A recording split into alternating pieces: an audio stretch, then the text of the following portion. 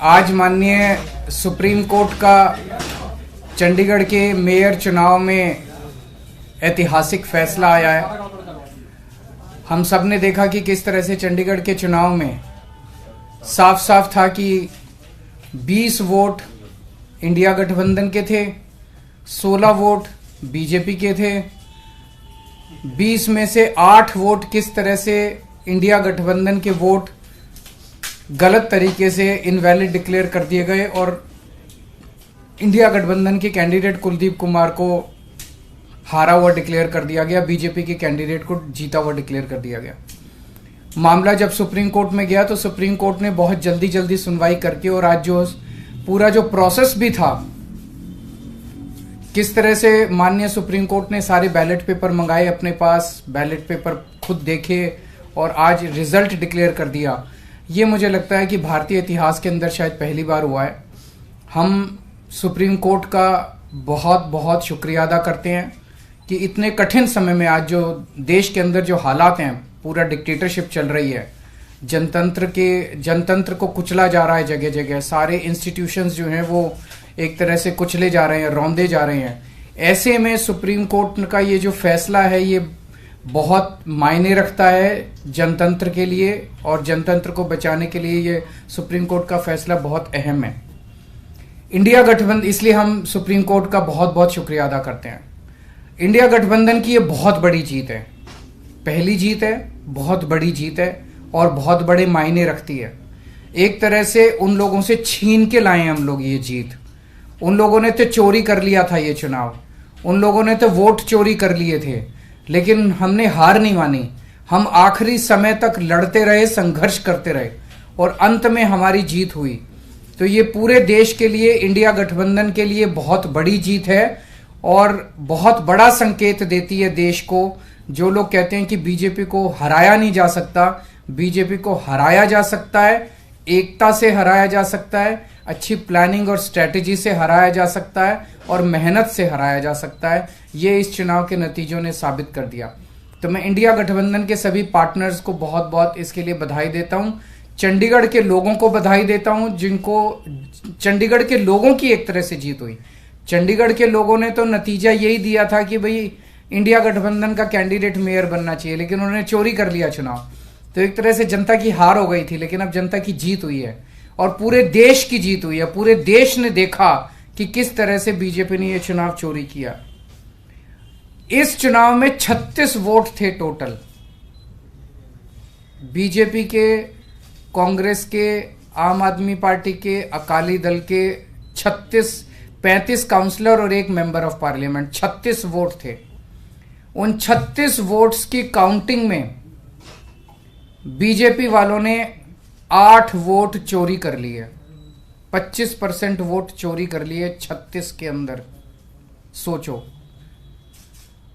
अभी कुछ दिन के बाद देश का बड़ा चुनाव होने वाला है, उसमें 90 करोड़ वोट हैं।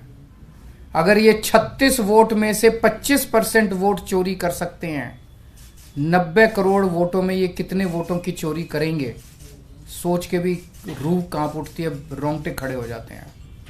सुनते तो थे कि बीजेपी वाले गड़बड़ करते हैं, सुनते तो थे कि बीजेपी वाले बदमाशी करते हैं, वोटों की चोरी करते हैं, पर कभी कभी मन खराब थी कि चंडीगढ़ के चुनाव के वक्त सीसीटीवी कैमरे लगे हुए थे और सीसीटीवी कैमरों के अंदर इनका सारा का सारा रंगे हाथों ये लोग पकड़े गए, सारा इनका कुकर्म पकड़ा गया।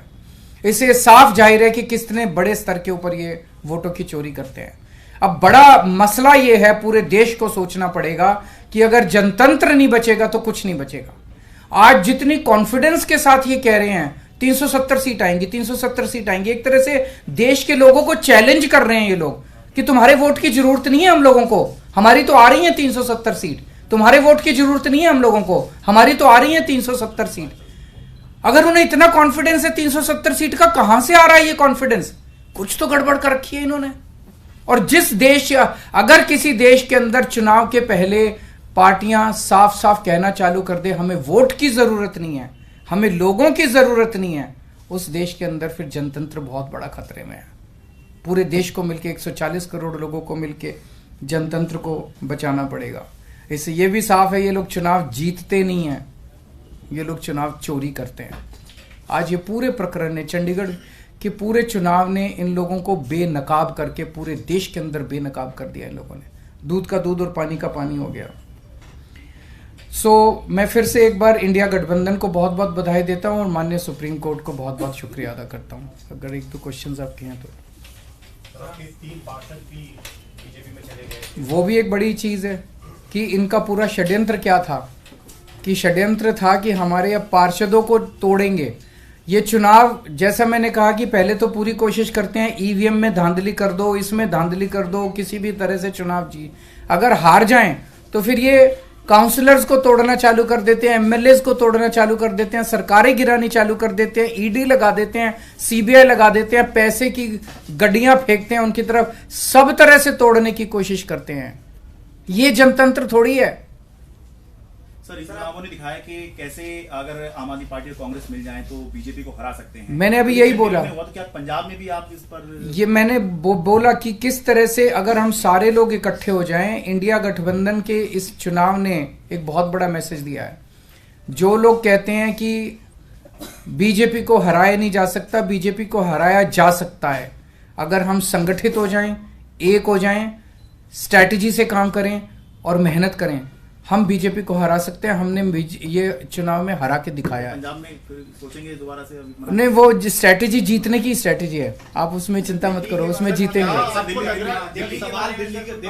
अभी कई सारे राउंड्स ऑफ डिस्कशन हो चुके हैं और काफी अंतिम स्टेज पे बाकी चीजें पहुंच चुकी है। बहुत जल्दी अनाउंस होगा उनके साथ गठबंधन। आपने पंजाब का क्लियर कर दिया, अकेले बाकी सारी चीजों पे बात हो रही है, बाकी सारे स्टेट्स में बात हो रही है और कई सारे राउंड्स ऑफ डिस्कशन हो गए हैं। काफी अच्छी बातचीत चल रही है और काफी एडवांस्ड स्टेज पे है। बहुत से आपके साथी हैं जो इंडिया अलायंस की बस में चढ़े तो थे लेकिन धीरे धीरे उतरने की कोशिश कर रहे हैं। सबका अपना अपना वो है। मैं आज आपको लगता है कि उनको देख आज के जो रिजल्ट उनको उम्मीद जगी होगी और वो वापस आ सकते हैं? जो लोग देश को बचाना चाहते हैं उन सब लोगों का इंडिया गठबंधन में स्वागत है। सर आपको लग रहा है लार्ज स्केल रिगिंग भी लोकसभा के समय ये अपोजिशन को, इंडिया ब्लॉक को अब डर है, जिस तरह का पिछले कुछ दिनों में घटित हुई है चीजें? देखिए, ईवीएम को लेके बहुत प्रश्न उठते रहते हैं। जैसे मैंने बताया, इनके मल्टीपल स्टेजेस हैं। पहले तो ये चुनाव में गड़बड़ करते हैं, तरह तरह की गड़बड़े करते हैं, वोटर लिस्ट गड़बड़ कर देते हैं, ईवीएम के अंदर गड़बड़ी की बहुत सारी शिकायतें और बहुत सारे वो आए हैं, लेकिन उसके ऊपर कभी भी इन लोगों ने जनता का विश्वास जीतने के लिए ईवीएम के गड़बड़ी जो आरोप लगे उसको इन्होंने जनता का विश्वास स्ट्रेंथन नहीं किया। तो ईवीएम के उसके बावजूद भी अगर ये कहीं चुनाव हार जाएं तो फिर ईडी है, ईडी छोड़ देते हैं, सीबीआई है, सीबीआई छोड़ देते हैं, उससे भी कोई नहीं माने, पैसे फेंकते हैं उसकी तरफ। उसके बाद ये एमएलए और एमपी तोड़ लेते हैं। इस तरह से जनतंत्र मल्टीपल लेवल पे अब खतरे में है और जनतंत्र सबसे इंपॉर्टेंट है देश के अंदर। जनता की चलनी चाहिए, जनता अपनी सरकार चुने। अगर जनता की नहीं चलेगी और एक किसी व्यक्ति को अगर ये अहंकार हो जाएगा कि हमारी तो 370 सीट आ रही है, जनता की तो जरूरत ही नहीं है, 140 करोड़ लोगों की मुझे क्या जरूरत है, मेरी तो 370 सीट आ रही है, तो उसके बाद जनता कहां जाएगी? जनता अपना घर बैठे, वो कह रहे हैं कि जनता घर बैठे, हमें तुम्हारी जरूरत नहीं है। डिप्टी मेयर और सीनियर डिप्टी मेयर का भी होना है, उसमें कितने आश्वस्त? उसका मैं डिटेल्स पता करके बताऊंगा, क्योंकि मुझे नहीं पता अब लीगल क्या पोजीशन है। मेयर डिप्टी मेयर का चुनाव कराता है, तो चूंकि वो मेयर नहीं रहा, उसने चुनाव कराया, वो भी दोबारा